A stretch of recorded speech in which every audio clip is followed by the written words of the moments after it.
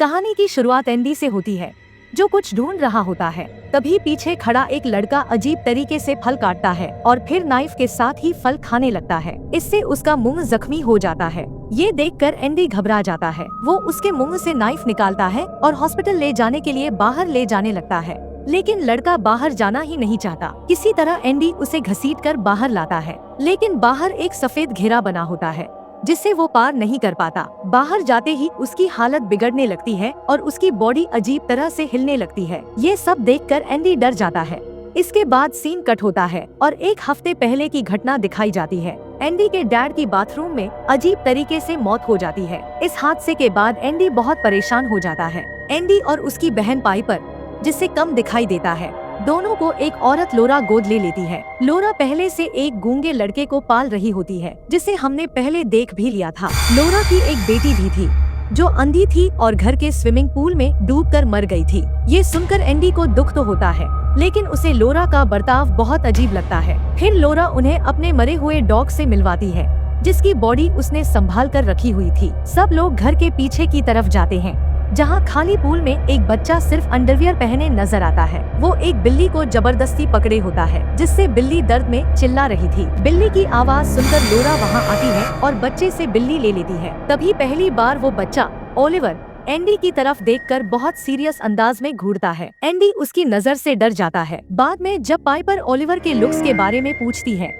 तो लोरा झूठ बोलती है कि ओलिवर एक कर्ली बालों वाला प्यारा बच्चा है, जबकि असल में ऐसा कुछ नहीं था। अब लोरा इन सबका कद नापती है, जो एंडी को काफी अजीब लगता है। फिर लोरा पाइपर को अपनी मरी हुई बेटी का कमरा दे देती है और एंडी को उसके साथ वाला। एक बार जब एंडी अपने दोस्तों से बात कर रहा होता है तो उसे लगता है कि लोरा चुपचाप उसकी बातें सुन रही है, और जब वो वहाँ से उठता है तो लोरा उसका फोन पकड़कर उसके मैसेज भी पढ़ने लगती है। ये देखकर एंडी गुस्से में आ जाता है और उसे साफ कह देता है कि दोबारा मेरी चीजों को मत छूना। रात को लोरा ओलिवर को नीचे लेकर जाती है, जहाँ वो एक पुरानी रिचुअल की वीडियो चलाती है और उसे ओलिवर को दिखाती है। अगली सुबह भी वो ओलिवर को स्टोर रूम की तरफ लेकर जाती है। ये सब देखकर एंडी को बहुत अजीब लगता है। इसी सुबह जब एंडी उठता है तो उसका बेड गीला होता है। उसे हैरानी होती है, क्योंकि ऐसा पहले कभी नहीं हुआ था। जब वो नहाने के लिए वॉशरूम जाता है और शावर ऑन करता है तो पानी की आवाज सुनकर उसे अपने डैड की मौत याद आ जाती है और वो डर जाता है। कुछ दिन बाद उसके डैड का फ्यूनरल होता है, लेकिन एंडी और पाइपर उदास नहीं थे, क्योंकि उनके डैड उन्हें बहुत मारा करते थे।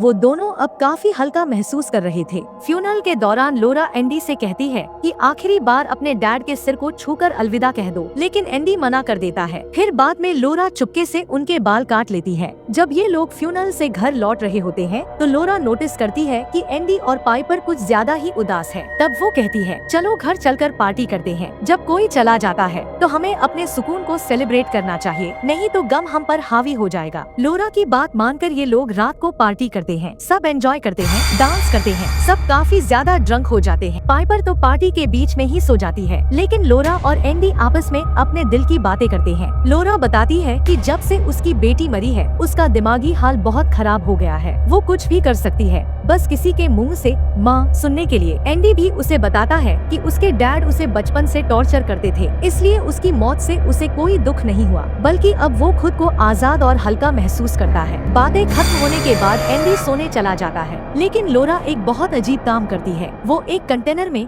यूरिन भरकर एंडी के बेड पर डाल देती है। अगली सुबह जब एंडी उठता है तो फिर से बेड गीला पाता है। उसे समझ नहीं आता कि ये रोज क्यों हो रहा है। अब वो अपने गीले कपड़े लेकर नीचे लॉन्ड्री करने जाता है। वहाँ लोरा ऐसे रिएक्ट करती है जैसे उसे कुछ पता ही ना हो। उल्टा वो और पाइपर मिलकर उसका मजाक उड़ाते हैं, जिससे एंडी और ज्यादा शर्मिंदा हो जाता है। एंडी वॉशरूम में नहा नहीं पाता, क्योंकि वहाँ उसे अपने डैड की मौत का सीन बार बार याद आता है। इसीलिए वो गार्डन में लगे टैप से नहाता है। उसी वक्त वो देखता है कि गार्डन के पार एक विंडो में ओलिवर उसे घूर रहा होता है। फिर एक मक्खी उड़ती है, जिसे ओलिवर अपने हाथ से पकड़कर खा जाता है। ये देखकर एंडी डर जाता है और उसे यकीन होने लगता है कि ओलिवर में कुछ तो गड़बड़ है। एंडी को लगा कि शायद ओलिवर को भूख लगी है, इसलिए वो उसे किचन में ले आता है और फ्रूट काट कर देता है। लेकिन तभी ओलिवर अजीब तरह से वही नाइफ हाथ में पकड़ लेता है, जिससे उसका हाथ कटने लगता है। एंडी ने ज्यादा ध्यान नहीं दिया और पीछे से कुछ खाने की चीज निकालने लगा। तभी ओलिवर फ्रूट के साथ साथ वही नाइफ भी खाने लगता है। जिससे उसका मुंह बुरी तरह जख्मी हो जाता है। ये वही सीन था जो हमें मूवी की शुरुआत में दिखाया गया था। एंडी फौरन उसके मुंह और हाथ से नाइफ हटाता है और उसे घसीटते हुए हॉस्पिटल ले जाने के लिए बाहर लाता है। लेकिन जैसे ही वो बाहर आता है, ओलिवर उस सफेद घेरे को पार नहीं कर पाता और उसकी हालत खराब होने लगती है। उसी वक्त लोरा वहाँ आ जाती है और गुस्से में एंडी को धक्का देकर कहती है कि इसे बाहर लाकर तुमने बहुत बड़ी गलती कर दी। फिर वो ओलिवर को बेसमेंट के एक कमरे में ले जाती है और एक पुरानी रिचुअल वीडियो चलाकर ओलिवर पर रिचुअल करना शुरू कर देती है। उधर ऊपर एंडी खून से सनी नाइफ को देखकर डर जाता है। फिर जब वो ओलिवर की हालत देखने के लिए उसके कमरे के पास जाता है तो लोरा बाहर आकर उसे जोर से डांटती है और कहती है, खबरदार, तुम्हें ना कोई हक है ना इजाजत ओलिवर के कमरे में जाने की। फिर हमें दिखाया जाता है कि लोरा ओलिवर के सिर पर गोल गोल घुमाते हुए कुछ मंत्र पढ़ रही थी, यानी वो उस पर कोई रिचुअल कर रही थी। रात को लोरा और भी खौफनाक काम कर वो एंडी के मरे हुए डैड के वो बाल जो उसने पहले काटे थे ओलिवर के मुंह में डाल देती है। दूसरी तरफ दिखाया जाता है कि एंडी अब भी अपने डर से उबरने की कोशिश कर रहा था। वो वॉशरूम में जाता है और शावर ऑन करता है, लेकिन जैसे ही पानी की आवाज आती है उसे फिर से अपने डैड की मौत की यादें सताने लगती हैं। कुछ ही देर में वो बेहोश होकर नीचे गिर जाता है। जब उसे होश आता है तो वो खुद को हॉस्पिटल में पाता है। वो बहुत ज्यादा घबराया हुआ होता है। डॉक्टर उसकी हालत कंट्रोल नहीं कर पाते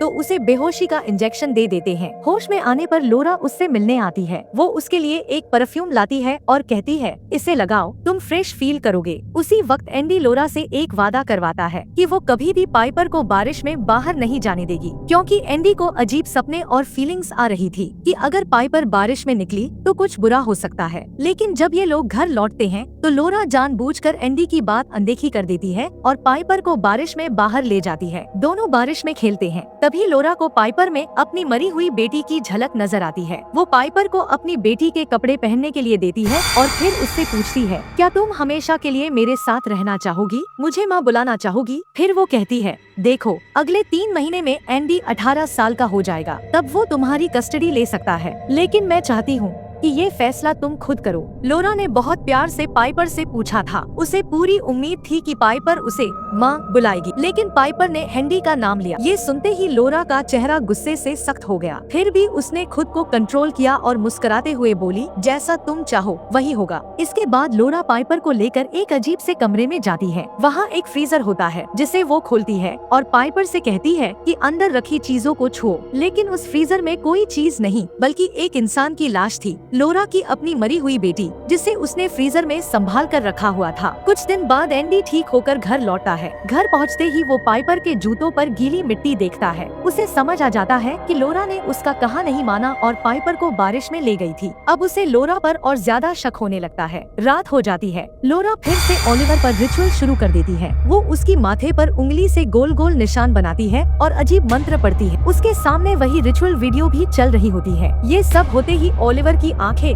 पूरी तरह लाल हो जाती हैं, जैसे उसके अंदर कोई शैतानी ताकत आ चुकी हो। रिचुअल खत्म करने के बाद लोरा अपने कमरे में जाती है और वही परफ्यूम लगाती है जो उसने एंडी को गिफ्ट किया था। इसके बाद लोरा चुपके से पाइपर के कमरे में जाती है और उसकी आंख पर जोर से मुक्का मारती है, फिर वहाँ से भाग जाती है। सुबह जब एंडी अपनी बहन पाइपर की सूजी हुई आंख देखता है तो घबरा जाता है। वो उससे पूछता है, ये तुम्हारे साथ किसने किया? लेकिन पाइपर तो देख नहीं सकती थी, वो सिर्फ सूंघकर पहचान सकती थी। वो पहले एंडी और फिर लोरा को सूंघती है और कहती है, ये सब एंडी ने किया है, क्योंकि रात में जो परफ्यूम लोरा ने लगाई थी वही खुशबू अब एंडी की बॉडी से आ रही थी, जो लोरा ने जानबूझकर पहले ही उसके कपड़ों पर लगा दी थी। पाइपर को क्या पता ये सब एक प्लान था जिससे वो एंडी से दूर हो जाए और लोरा के पास ही रहना कबूल कर ले। लोरा इस बात को और बढ़ा देती है। वो पाइपर से कहती है, एंडी अब तुम्हारे डैड जैसा बनता जा रहा है। जैसे तुम्हारे डैड तुम्हें तकलीफ देते थे, अब एंडी भी वैसे ही करेगा। इसलिए चाहे वो 18 साल का क्यों न हो जाए, मैं तुम्हें उसके साथ नहीं जाने दूंगी। तुम यही मेरे पास रहोगी। लोरा एक के बाद एक एंडी पर इल्जाम लगाती रहती है और एंडी चुपचाप सब सुन रहा होता है, लेकिन उसका ध्यान खिड़की के बाहर था जहाँ ओलिवर नहा रहा होता है और उसके सिर पर कुछ अजीब चीजें नजर आ रही थी। एंडी जब ओलिवर को देख रहा होता है वो अपने फोन से सब रिकॉर्ड करने लगता है। तभी वो साफ साफ देखता है कि ओलिवर के सिर पर सींग निकल आए हैं और वो पूरी तरह एक शैतान में बदल गया है। एंडी ये सब सबूत के तौर पर सबको दिखाना चाहता था ताकि लोरा की सच्चाई सामने ला सके, लेकिन तभी लोरा आकर उस पर टूट पड़ती है। वो उसे मारती है और फोन छीन लेती है। अपने आप को बचाने के लिए एंडी गुस्से में लोरा पर हाथ उठाना चाहता है, लेकिन खुद को रोक लेता है और उसकी जगह दीवार पर जोर से मुक्का मार देता है। पाइपर जो इन सब की सिर्फ आवाजें सुन रही थी, उसे लगा कि एंडी ने लोरा को मारा है, इसलिए वो एंडी से नाराज हो जाती है। अपनी बहन की बातों से दुखी होकर एंडी वहाँ से चला जाता है। एंडी सीधा उस काउंसिल हेड के पास पहुँचता है जिसने लोरा को पाइपर और एंडी की कस्टडी दी थी। वो उसे लोरा की सारी सच्चाई बताने की कोशिश करता है। वहीं काउंसिल ऑफिस में एंडी दीवार पर लगे मिसिंग बच्चों के पोस्टर देखता है और उसमें एक बच्चा ठीक ओलिवर जैसा लगता है। एंडी अब यकीन से कहता है लोरा ने इस बच्चे को किडनैप किया है और उस पर अजीब रिचुअल्स कर रही है। बूढ़ी काउंसिल औरत को एंडी की बातें झूठ लग रही थी, लेकिन एंडी उसे कहता है अगर आपको यकीन नहीं है तो चलिए मेरे साथ घर, मैं सब दिखा दूंगा। घर में अब दिखाया जाता है कि ओलिवर पूरी तरह पागल हो चुका था। उसका पेट अजीब तरह से फूला हुआ था और वो किसी जंगली जानवर की तरह हर चीज को खाने के लिए दौड़ रहा था। उसने किचन में मौजूद हर चीज तबाह कर दी थी, जो मिला सब खा गया। फिर जैसे ही लोरा उसके सामने आती है, ओलिवर उस पर भी हमला कर देता है और उसके हाथ में काट लेता है। डरकर लोरा खुद को एक कमरे में बंद कर लेती है। बाहर ओलिवर लकड़ी के टेबल तक को चबाने लगता है। कमरे में लोरा अपने हाथ पर पट्टी करती है और खिड़की से देखती है कि ओलिवर अब उसके कमरे के बाहर खड़ा है। वो फौरन विंडो पर गोल गोल सर्कल बनाकर कुछ मंत्र पढ़ती है और हैरानी की बात ये थी कि ओलिवर वाकई उसके कंट्रोल में आ जाता है। इसके बाद लोरा उसे एक सीक्रेट कमरे में ले जाती है। उधर एंडी पाइपर को कॉल करता है ताकि उसे लोरा की सच्चाई बता सके और वार्न कर सके, लेकिन फोन पाइपर ने नहीं, खुद लोरा ने उठाया। अब उसे पता चल गया कि एंडी घर किसी को लेकर आ रहा है, इसलिए वो फौरन पूरे घर की सफाई करने लगती है। ओलिवर ने जो भी तबाही मचाई थी वो सब कुछ जल्दी से साफ कर देती है और घर को फिर से पहले जैसा सेट कर देती है। जब एंडी और काउंसिल की औरत घर पहुँचते हैं तो लोरा ऐसा दिखाती है जैसे वो अभी अभी नहाकर निकली हो। वो औरत उससे बातचीत करने लगती है, जबकि एंडी चुपचाप नीचे स्टोर रूम की तरफ चला जाता है। जैसे ही वो वहाँ पहुँचता है, जो नजारा सामने होता है वो देखकर उसके होश उड़ जाते हैं। ओलिवर एक बच्चे की लाश को कच्चा खा रहा होता है।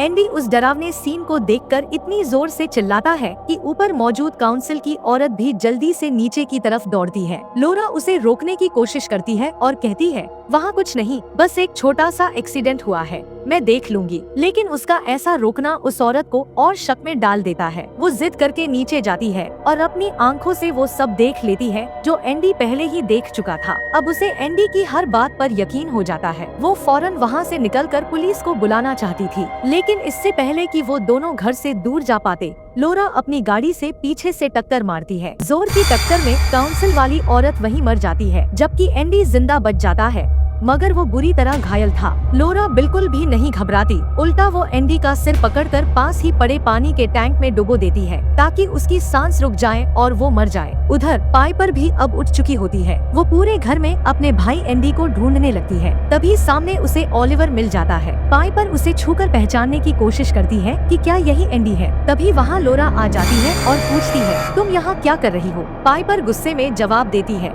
तुमने मुझसे झूठ बोला था। ओलिवर कोई क्यूट कर्ली बालों वाला बच्चा नहीं है, इसके तो बाल ही नहीं है और इसका चेहरा भी अजीब है। बताओ मेरा भाई एंडी कहाँ है। लोरा कुछ नहीं बताती और जबरदस्ती पाइपर को एक कमरे की तरफ ले जाने लगती है। अब पाइपर को उससे डर लगने लगता है। वो एक मौका देखकर खुद को छुड़ाती है और भागकर वॉशरूम में खुद को लॉक कर लेती है। वहीं वॉशरूम में उसके पैर से कुछ टकराता है। वो नीचे बैठती है और हाथ से टटोलती है। वहाँ कोई बॉडी पड़ी थी। जब वो उसके चेहरे तक पहुँचती है और उसे छूती है तो उसे महसूस होता है कि यह कोई और नहीं बल्कि उसका अपना भाई एंडी है। पाइपर अब समझ चुकी थी कि लोरा कोई साधारण औरत नहीं बल्कि बेहद खतरनाक इरादों वाली है, लेकिन वो ये सब क्यों कर रही थी, ये बात अभी भी पाइपर की समझ से बाहर थी। इतने में लोरा एक चाबी लेकर वॉशरूम का दरवाजा खोल देती है। उसे पता चल गया था कि अब बच्चों को सब सच पता चल चुका है, इसलिए वो अब झूठ नहीं बोलती और खुद ही सारा सच बता देती है। लोरा कहती है मैंने एक डेमन से डील की थी, उसने मुझसे वादा किया कि वो मेरी मरी हुई बेटी को वापस ला देगा, लेकिन बदले में उसे एक मासूम आत्मा चाहिए थी और वो आत्मा मुझे तुम्हारी शक्ल में मिली पाइपर। फिर वो सीधा कहती है